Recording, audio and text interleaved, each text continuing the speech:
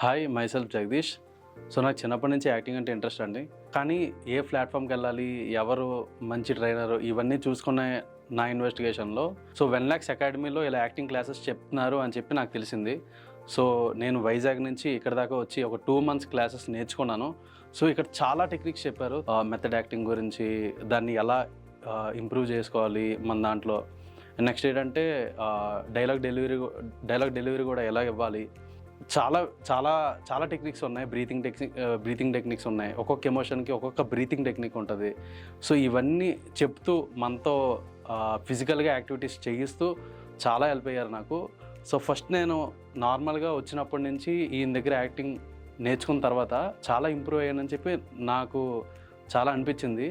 So వీళ్ళే ఈ acting classes నేర్పించి వీళ్ళు మళ్ళీ షార్ట్ ఫిలింలో ఛాన్స్ ఇవ్వడం. So it's really great.